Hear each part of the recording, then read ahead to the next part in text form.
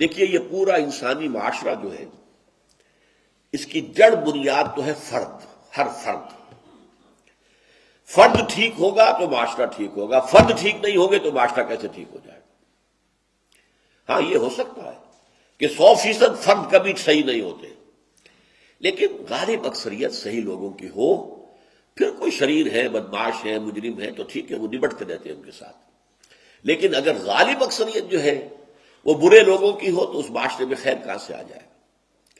تو پہلا کام تو ہے فرد کو بنانا، اس کی تعمیر سیرت.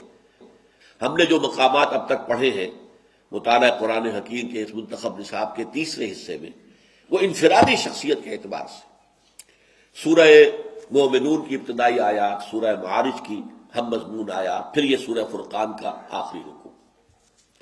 فرد سے آگے چلتے ہیں تو پھر ایک خاندان کا معاملہ آتا ہے، اور یہ خاندان جو ہے اگر یہ مضبوط ہو، مستحکم ہو، اس میں خیر ہو، صلاح ہو، اس میں امن ہو، شانتی ہو، اطمینان ہو، تو ظاہر بات ہے کہ پھر پورے معاشرے میں یہ ویلیوز پھیلیں گی. اس لیے کہ باقی معاشرہ جو ہے وہ در حقیقت خاندانوں سے مل کر بنا ہے. اب ہمارا ملک ہے، اگر اس میں 14 کروڑ کی آبادی ہے تو اگر ہر خاندان میں آپ آن دی ایوریج 7 آدمی شمار کریں تو گویا کہ 2 کروڑ خاندانوں پر مشتمل ہے پاکستان کا معاشرہ. تو اگر اصلاح کا عمل چلے گا تو فرد کے بعد خاندان کے ادارے کو مستحکم کیا جائے.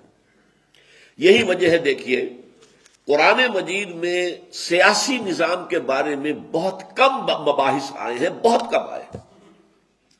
اقتصادی نظام کے بارے میں کچھ احکام آئے ہیں اور کچھ اس کے اصول رہنما دے دیے گئے. معاشرہ جب وجود میں آتا ہے خاندانوں کے جمع ہونے سے، اس کے بارے میں بھی معاشرتی ویلیوز کیا ہونی چاہیے اور معاشرتی ایولز، برائیوں کا کیا تصور ہے، یہ بھی قرآن مجید میں آیا. لیکن سب سے زیادہ تفصیل کے ساتھ قرآن مجید میں آئلی قوانین آئے. کتنی تفصیل سے آئے؟ یوں سمجھیے ایک پیرامڈ ہے. پیرامڈ کیا ہے؟ سب سے زیادہ قرآن مجید کا حصہ آپ کو ملے گا فرد کو درست کرنے کے لیے، اس کے نظریات درست ہوں، اس کے خیالات درست ہوں، اس کے عقائد درست ہوں، وہ اللہ کو مانے، شرک سے بچے، توحید کو مانے، آخرت کو مانے، رسالت کو تسلیم کرے، پھر اس کے اعمال درست ہوں جس کو کہ ہم پڑھ رہے ہیں اس وقت جو ہے.